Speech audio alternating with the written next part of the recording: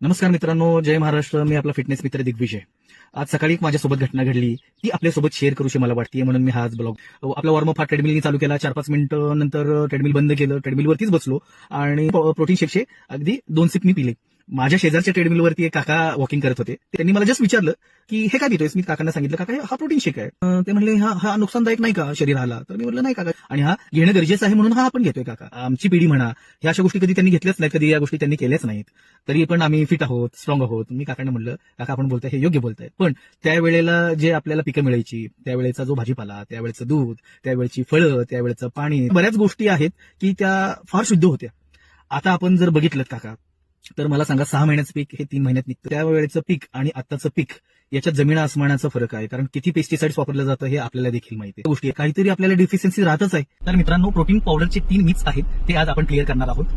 Protein powder compulsory घेणं गरजेची आहे का, तर याचं उत्तर आहे नाही. तर मित्रांनो, याच्यात एक गोष्ट आहे विचार करण्याजोगी, ती म्हणजे की आपण आपला प्रोटीन इंटेक कधी काउंट केला आहे का. ओके, फॉर एक्झाम्पल, मी आहे 80 किलोचा, मला 160 ग्रॅम प्रोटीन हे डेली घेणं गरजेचं आहे.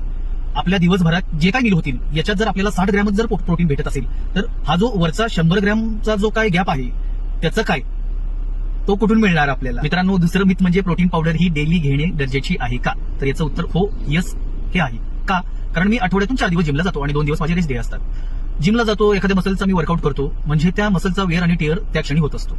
पण ह्या मसलचं रिबिल्ड, रिकन्स्ट्रक्शन, मेंटेन आणि रिपेअर हे रेस्ट डेच्या दिवशी होतं.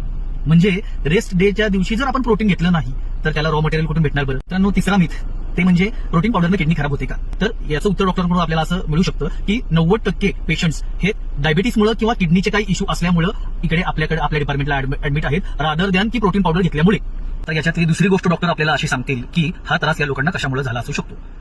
आपण आपल्या रेग्युलर मील्समध्ये प्रोटीन इंटेक तर कमी करत आहे, पण यामध्ये कार्बोहायड्रेट्स, फॅट्स, ऑइल, शुगर याचं प्रमाण जास्त आहे. यामुळं जास्त प्रमाणातले कार्बोहायड्रेट्स, ऑइल, फॅट आणि शुगर मुळे इन्शुलिन रेजिस्टन्स वाढतो आणि त्यामुळे आपल्या बॉडीमधला मसल कमी होतो आणि मग फॅट वाढत गेलं.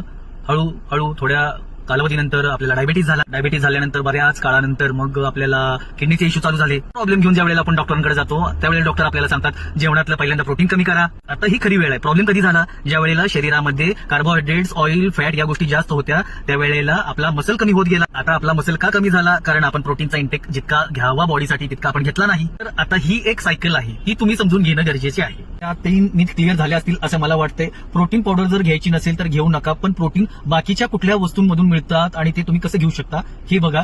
आपल्या फिटनेस मित्राला फॉलो करायला मात्र विसरू नका. जय महाराष्ट्र. Thanks a lot.